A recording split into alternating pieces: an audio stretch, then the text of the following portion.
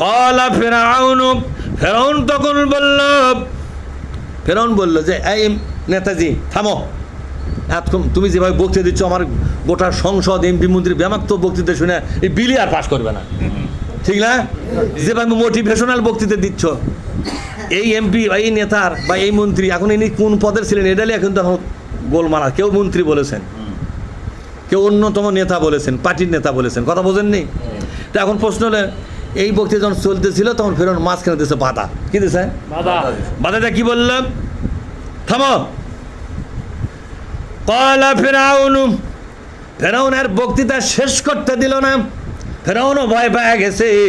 মুসার বক্তৃতায় জাতি যেমন পাগলা হয়, আর বক্তৃতা শুনে আমার এমপি মন্ত্রী বেমাক পাগলা হওয়া শুরু হয়েছে, এরা তো আমার বিলি পাস করে দেবেন আজকে, ঠিক না? আর বক্তৃতা থেমে দিয়া, ফেরাউন খুব সেনা প্রকৃতির লোক ছিল, ছিল কিনা জোরে কন? আমাদের শেখ হাসিনাও কিন্তু সেনা প্রকৃতির লোক, কথা কয় না বারে, মিল হয় কিনা? আমাদের শেখ হাসিনাও কিন্তু, আমাদের শেখ হাসিনা কত এক ব্যাগ কিলামি কিসের আমাকে ওই ফেরাউনের কথা, ঠিক না? আমি আমাদের কথা কয়ে তো ভুল করছি। এই বাংলাদেশের স্বৈরাচার শেখ হাসিনা এও কিন্তু একই অবস্থা, কথা ঠিক না বেঠিক? ফেরাউন এমপি সাহেবের বক্তৃতা থামায় দিয়া, কার বক্তৃতা ধরে এখন? এমপি সাহেবের বা মন্ত্রী সাহেবের বা নেতা সাহেবের বক্তৃতা থামা দিয়া ফেরাউন বলল, মা উরিকুম ইল্লা মা আরা, আমি নিজের জন্য এগুলো করি না, নিজের জন্য রাজনীতি করি না। মুসার দল আর মুসাকে হত্যা করতে চায় আমার স্বার্থে নয়, আমার দলের স্বার্থে নয়। হে মিশরের জনগণ, তোমাদের স্বার্থেই করতেছি। দেখছেন চালাকিটা?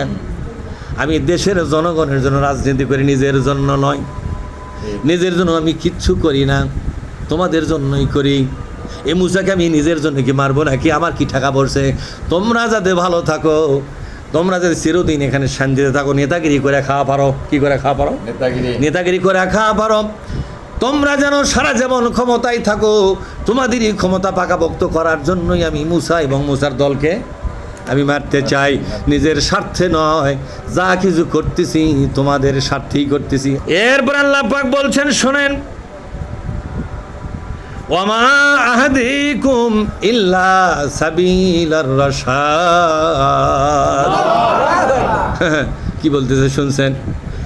এই দেশের জনগণের জন্য মুসা নবী যে জীবন ব্যবস্থা সকলকে শোনাচ্ছে, যে জীবন ব্যবস্থার কথা, যে সংবিধানের কথা, যে আইন আদালতের কথা মুসা নবী যা শোনায়, মুসার চাইতে আমি যে ব্যবস্থা দিয়েছি সেটা মুসার চাইতে ভালো। আপনারা কি করবেন? কিছু লোক চিন্তা করছে কি যে খাওয়া লাগে তাও তো জানি না, কি করবেন? মারহাবা। ফেরাউন বলতেছে মুসা নবী যে যেমন ব্যবস্থা দেখাচ্ছে জনগণ, তার চাইতে আমারটাই ভালো।